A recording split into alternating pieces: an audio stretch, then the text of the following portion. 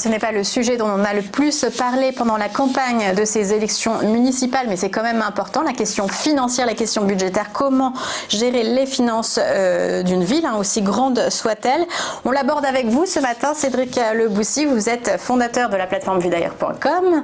Alors c'est une question peut-être trop difficile pour le citoyen lambda de parler, d'évaluer en tout cas un programme sur la question budgétaire. Oui, c'est une question difficile, d'autant plus que les candidats des partis n'en parlent pas de tout. Les finances restent un tabou, même si durant l'année 2019-2020, tous les partis politiques n'ont pas arrêté de tirer la sonnette d'alarme sur la taxe d'habitation que le gouvernement d'Emmanuel Macron et d'Édouard Philippe avait enlevé. Mais on est surpris qu'actuellement, aucun programme politique n'en parle. Alors je suis vraiment très surpris, même quand on regarde les chiffres, quand on voit la dette de Paris, même si on sait que Paris, à part être une commune, n'est pas calculée comme les autres communes, puisqu'elle fait partie, elle est commune et en même temps département quand on regarde dans la gestion des finances, avec la dette colossale de la ville de Paris qui s'élève à 5 milliards d'euros. Aucun candidat n'en parle trop des finances en fait, de ces projets. Personne n'a budgétisé son programme. Oui, mais quand ils ont un programme et qu'ils ont des propositions, c'est là forcément un coût. Donc, oui, mais ça forcément un coût, mais tout le monde.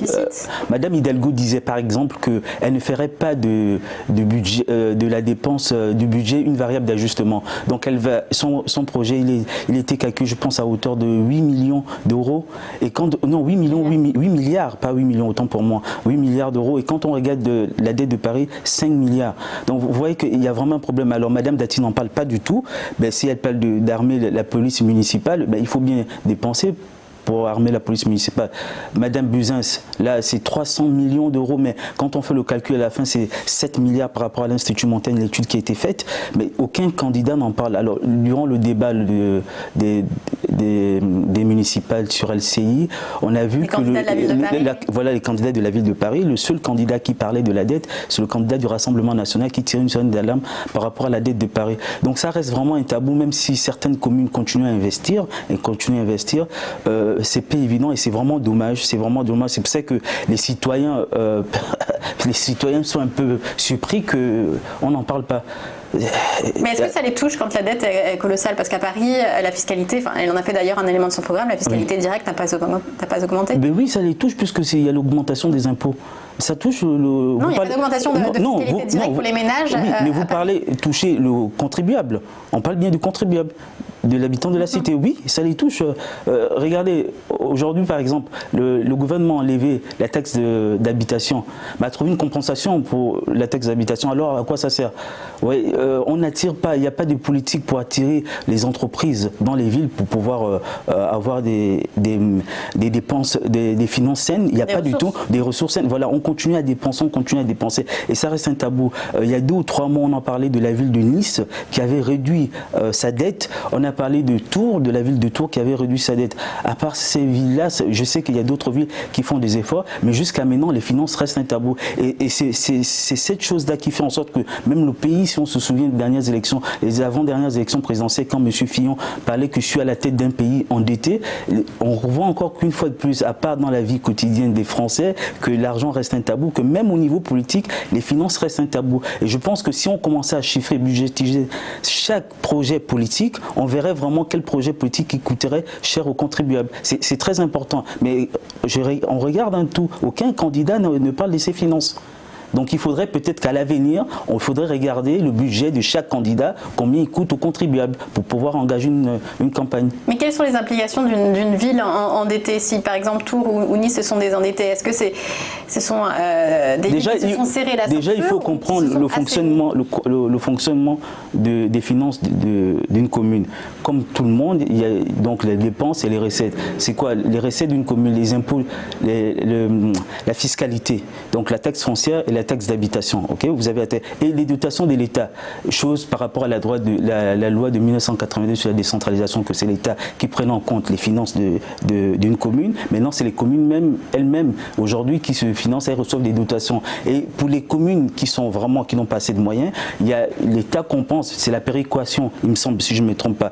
Donc oui, voilà, pour compenser les inégalités. Et ensuite, vous avez les dettes. Donc maintenant, les communes peuvent s'endetter.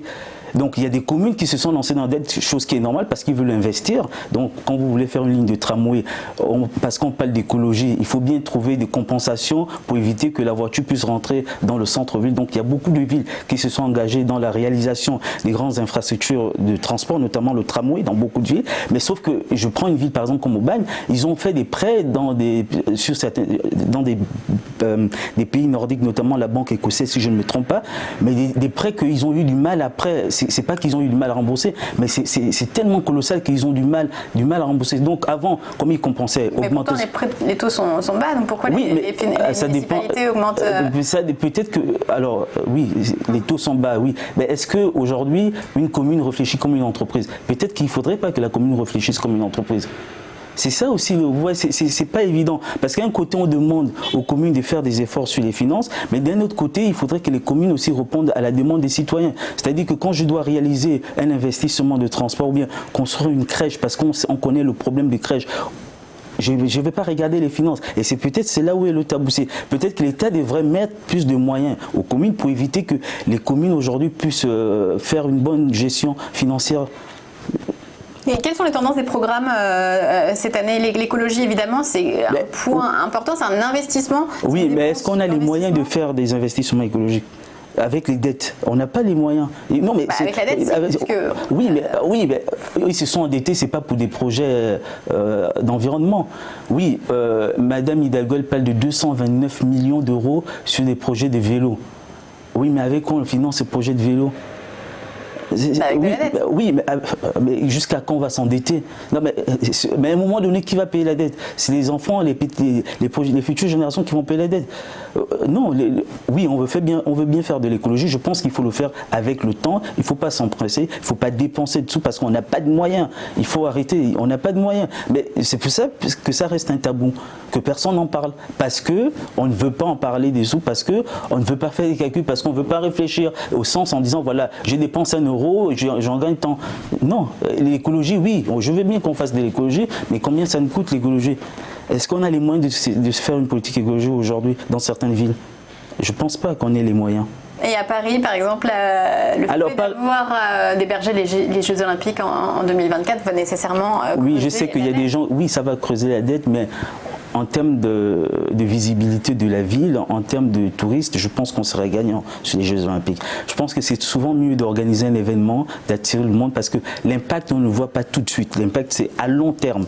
Donc, on organise les Jeux Olympiques en 2024. C'est pas l'impact, on verra pas en 2025, c'est aux alentours de 2027, 2028. Et moi, je pense que je préfère faire un investissement de ce genre que de faire un investissement en disant oui, on va faire construire un métro, bien construire plus de bâtiments, de logements, et puis les prix de loyer vont personne et les bâtiments seront vides. Je vais prendre un peu la ville de Montpellier. Il y a eu beaucoup d'investissements dans l'immobilier qui étaient faits, mais il y a beaucoup d'immeubles, beaucoup d'appartements qui sont vides parce qu'on ne trouve pas. Oui, les gens vont arriver, mais c'est de l'argent public quand même qu'on a dépensé. Oui, justement, l'argent public, est-ce qu'il doit être destiné aux habitants, c'est-à-dire au parc, à la mobilité urbaine, ou à des événements qui vont arriver une fois par décennie, même beaucoup moins que ça, et qui va être un peu peut-être je pense, dans la vie de tous les jours. Pour revenir sur la ville de Paris. Des habitants, des contribuables. Pour revenir sur la ville de Paris.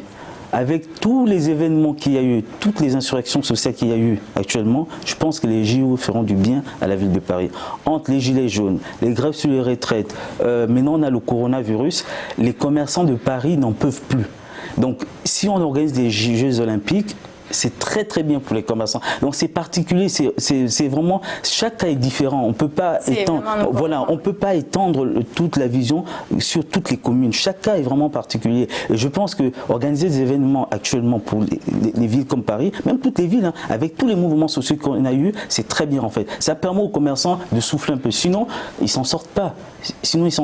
Donc vous voyez, oui, il faut s'endetter, mais il faut s'endetter de façon raisonnable. Voilà, il faut s'endetter de façon raisonnable. Il faut, on parle des investissements publics, les hôpitaux, bien une crèche. D'un côté, quand on voit les prix des crèches aujourd'hui, il faut bien construire des crèches, il faut bien réaliser des crèches. Donc, vous voyez, c'est vraiment juste. C'est pour ça que je ne sais pas pourquoi ils n'en parlent pas assez. Est-ce que parce que c'est les finances publiques qu'on n'ose pas en parler, ou bien parce que ça reste un tabou? Je ne sais pas, parce qu'aucun candidat, encore une fois de plus, n'en parle de ces sujets. Réponse en tout cas dans quelques jours. Merci beaucoup Cédric Lepoussier. Je rappelle que vous êtes fondateur de vuedailleurs.com.